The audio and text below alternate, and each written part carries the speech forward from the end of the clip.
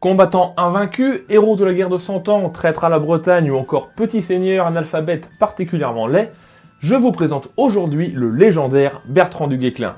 Et vu tout ce qu'il y a à dire sur le personnage, on va pas perdre de temps, donc c'est parti.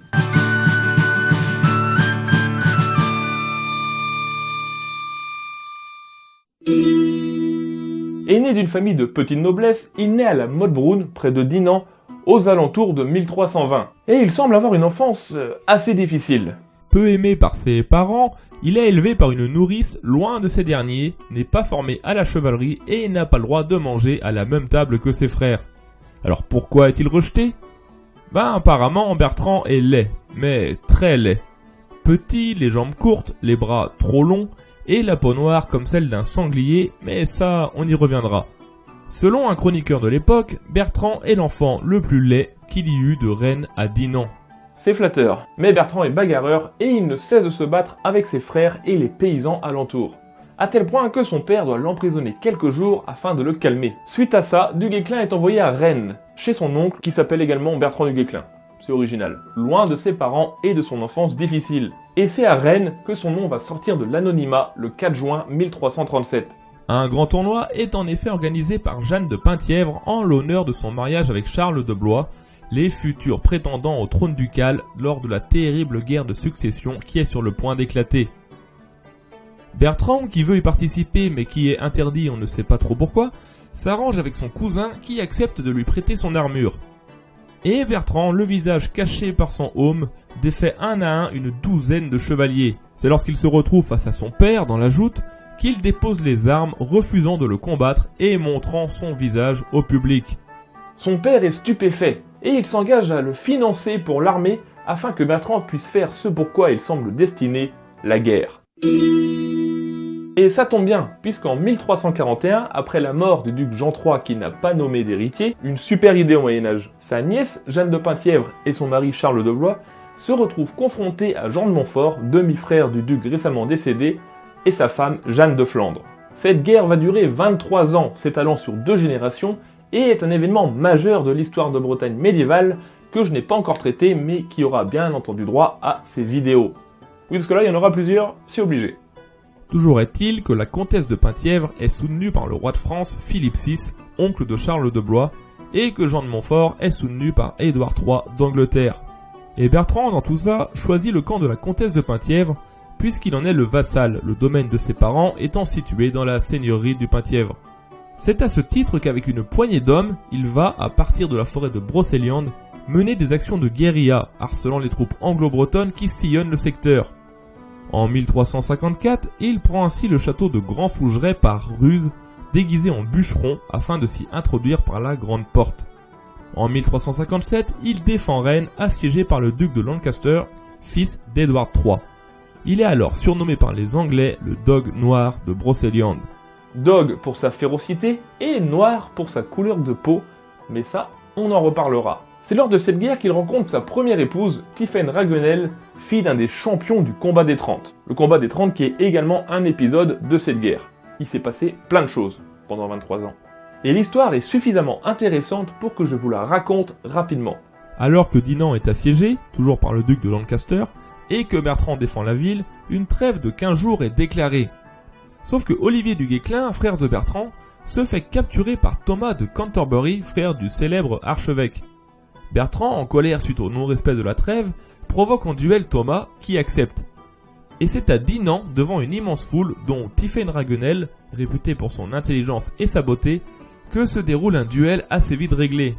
Bertrand met rapidement son adversaire à terre et, dans une grande violence, lui frappe le visage à plusieurs reprises avec le pommeau de sa dague. Sa victoire est totale, son frère est libéré et il rencontre la belle Tiphaine qui l'épousera plus tard. Quant à Thomas de Canterbury, il est humilié et peut s'estimer heureux d'être encore en vie. Mais pour revenir à la guerre dans son ensemble, elle se termine en 1364 lors de la bataille d'Auray, dans laquelle sont présents Charles de Blois et le fils de Jean de Montfort, son père étant mort entre-temps, également appelé Jean de Montfort. Ils décident d'en finir une fois pour toutes en allant tous les deux sur le champ de bataille et continuer le combat jusqu'à la mort d'un des deux prétendants. Bertrand est également présent ainsi que toute la fine fleur des chevaliers bretons pour le dernier acte de cette guerre fratricide. D'ailleurs, Bertrand se retrouve face à Olivier de Clisson, fidèle au Montfort, qui deviendra plus tard un de ses grands amis. Et Jean de Montfort tue Charles de Blois, devenant ainsi le nouveau duc de Bretagne, tandis que Bertrand se fait capturer et est libéré contre rançon payée en partie par le roi de France. Mais parce qu'à l'époque t'avais pas vraiment le temps de t'ennuyer, parallèlement à cette guerre, Bertrand, qui est fait chevalier en 1357, en vient à servir directement le roi de France. Il est envoyé en Normandie combattre les Anglais, où après plusieurs victoires, il est nommé gouverneur de Pontorson et du Mont-Saint-Michel en 1359. Le traité de Bretigny de 1360 mettant un terme à cette première partie de la guerre dite de 100 ans, il est envoyé combattre le roi de Navarre qui a des vues sur la couronne française. Il le bat à la bataille de Cocherel en 1364, tout en assiégeant quelques villes au passage, augmentant sa popularité dans le royaume. Pour ses victoires, il reçoit des terres et des titres et se rapproche encore plus du roi de France, ce qui ne plaît pas à nombre de ses courtisans, pour qui Bertrand n'est qu'un breton bourru. Mais je doute qu'ils lui disent ça en face. La paix avec les Anglais étant avérée et le roi de Navarre calmé, il y a un moment de paix dans le royaume de France. Mais le problème, c'est qu'à cette époque, les guerres se faisaient beaucoup à travers les compagnies de mercenaires que l'on embauchait pour un conflit ou pour une certaine durée. Et lorsqu'il n'y avait plus de conflit, ils n'étaient plus payés. Mais ils ne rentraient pas forcément chez eux, d'ailleurs pour la plupart ils n'avaient pas vraiment de chez eux, et restaient dans le secteur pillant tout ce dont ils avaient besoin.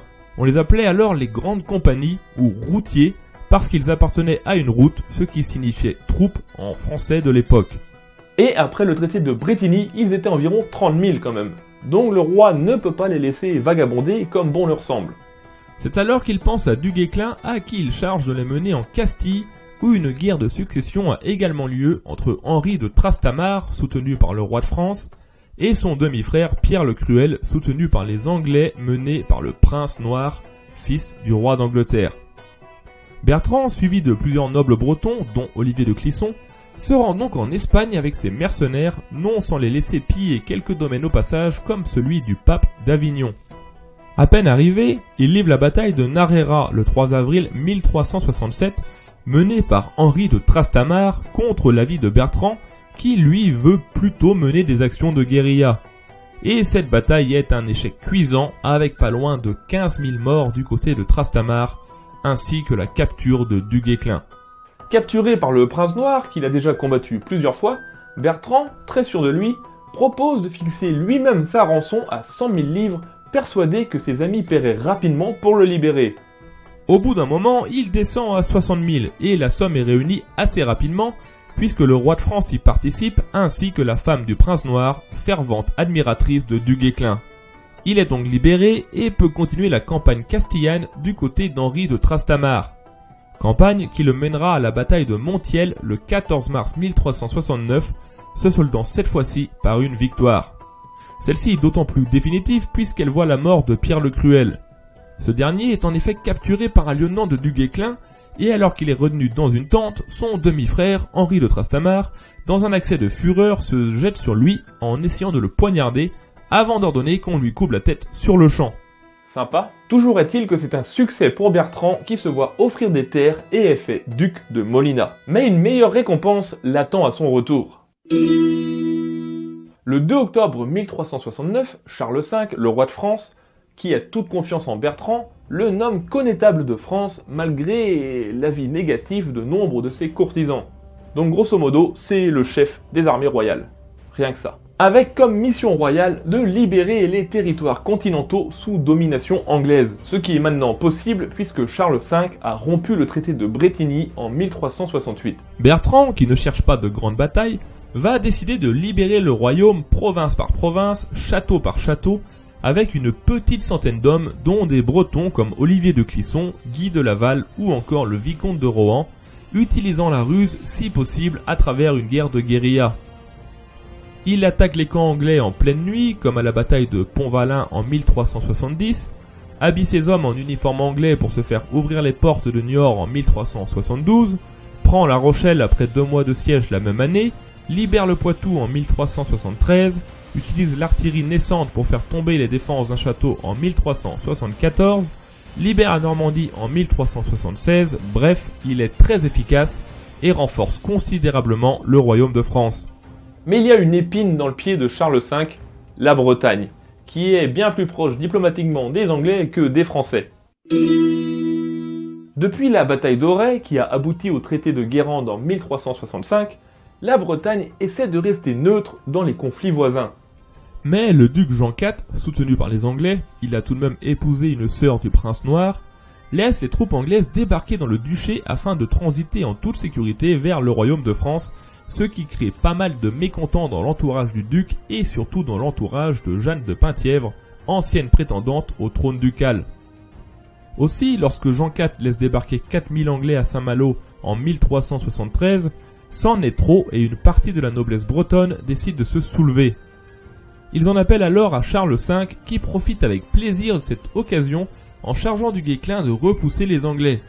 Il est bien accueilli en Bretagne où une partie importante de la noblesse le soutient et chasse les troupes anglaises facilement, contraignant par là même le duc Jean IV à l'exil en Angleterre.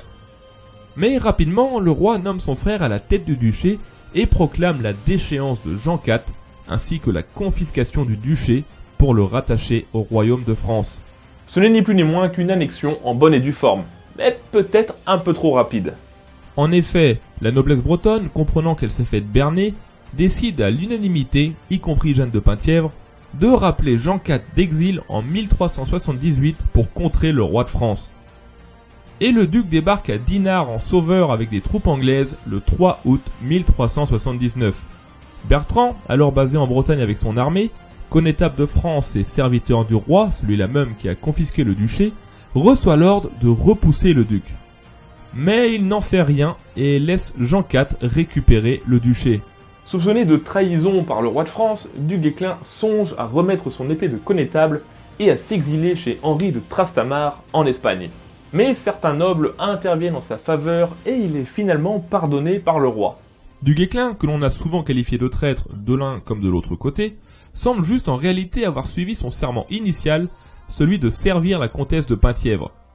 C'est en effet à sa demande que le roi de France envoie du Guesclin en Bretagne, et lorsqu'elle soutient finalement le retour de Jean IV, du Guesclin n'intervient pas. En tant que chevalier, il n'a jamais renoncé au serment qui le liait à elle, et ce, même si le roi de France lui ordonnait le contraire. N'oublions pas que le Moyen-Âge était régi par la vassalité et qu'elle était très complexe. Bertrand se retrouve ainsi dans un dilemme de par sa nature de breton vassal du duché et de la comtesse de Penthièvre d'un côté, et de par son serment envers le roi de France de l'autre. Toujours est-il que le roi lui ordonne de quitter la Bretagne et d'aller combattre certaines grandes compagnies qui sont alors en totale roue libre en Auvergne. Et ce sera sa dernière campagne. En 1380, il part pour l'Auvergne et le Massif central et met le siège devant Châteauneuf de Randon dans le Gévaudan, occupé par une compagnie de mercenaires. Après plusieurs tentatives d'assaut, les assiégés promettent de se rendre d'ici 15 jours s'ils ne sont pas secourus, ce que Bertrand accepte. Mais le Breton tombe soudainement malade et atteint de forte fièvre, il est immobilisé sous attente. Il réunit ses proches et a tout juste le temps de formuler ses volontés testamentaires avant de mourir quelques jours plus tard, le 13 juillet 1380, âgé de 60 ans. Officiellement, il aurait bu de l'eau glacée en plein soleil, ce qui semble très mauvais pour le corps, et en serait mort, à moins que le roi n'ait pas apprécié son manque de discipline en Bretagne, mais ça, c'est une supposition purement personnelle qui n'engage que moi. Toujours est-il qu'avant de mourir, il demande à ce que son corps repose en Bretagne, près de celui de sa femme, Tiphaine Raguenel, morte en 1373. Mais Charles V, lui, voudrait le faire enterrer à la basilique Saint-Denis, le tombeau des rois de France. Il faut savoir que Bertrand du Guesclin est l'une des rares personnes à travers l'histoire à avoir eu 4 tombeaux. Alors que le cortège funéraire se dirige vers la Bretagne, il subit un premier embaumement à Puy-en-Valais, en Auvergne, où sont déposés ses viscères. Puis, à cause de la décomposition due aux fortes chaleurs, les chairs sont détachées du squelette et inhumées à Montferrand. Avant d'arriver en Bretagne, le roi ordonne que le squelette repose à ses côtés dans la basilique Saint-Denis, en dépit des volontés de Bertrand. Et enfin, le cœur est prélevé et amené en Bretagne, où il repose aujourd'hui dans l'église Saint-Sauveur de Dinan. 3 des 4 tombeaux sont encore visibles aujourd'hui, celui de Montferrand ayant été détruit à la Révolution française. Et sa tombe à la basilique de Saint-Denis a été profanée, mais le monument n'a pas été cassé. Et ainsi se termine la vie de Bertrand du Guesclin, petit noble breton rejeté par sa famille et est devenu connétable de France dans une période particulièrement agitée. Son remplaçant au poste de connétable n'est pas n'importe qui, puisqu'il s'agit d'un autre breton, ami aussi bien de Jean IV, le duc de Bretagne, que de Bertrand du Guesclin, Olivier de Clisson, qui aura bien entendu le droit à sa vidéo un de ces jours. Voilà pour cette longue vidéo sur le célèbre Bertrand du Guesclin, sur lequel on dit tout et n'importe quoi. C'est pourquoi je vais faire une petite vidéo pour revenir sur des théories concernant le personnage, notamment le fait qu'il descendrait d'un roi africain, ou encore qu'il serait grand maître du temple. Ça va parfois dans tous les sens. Mais voilà, j'aimerais clarifier ces points-là et je trouvais pas la place dans cette vidéo pour en parler, donc je ferai une petite vidéo bonus pour vous présenter tout ça. En tout cas, j'espère vraiment que ceci vous a plu et que vous avez appris des choses, c'est le plus important. Vous pouvez me retrouver sur les réseaux sociaux habituels, Facebook, Twitter, et sur Tipeee, qui est un site donc de financement. Si vous voulez donc me soutenir financièrement, ça me ferait super plaisir, c'est génial, le lien est dans la description, et je remercie d'ailleurs les personnes qui m'ont déjà donné. Merci à vous, Trugaré Brass. Alors n'oubliez pas de partager celle-ci, et je vous dis Trugaré à Kenavo.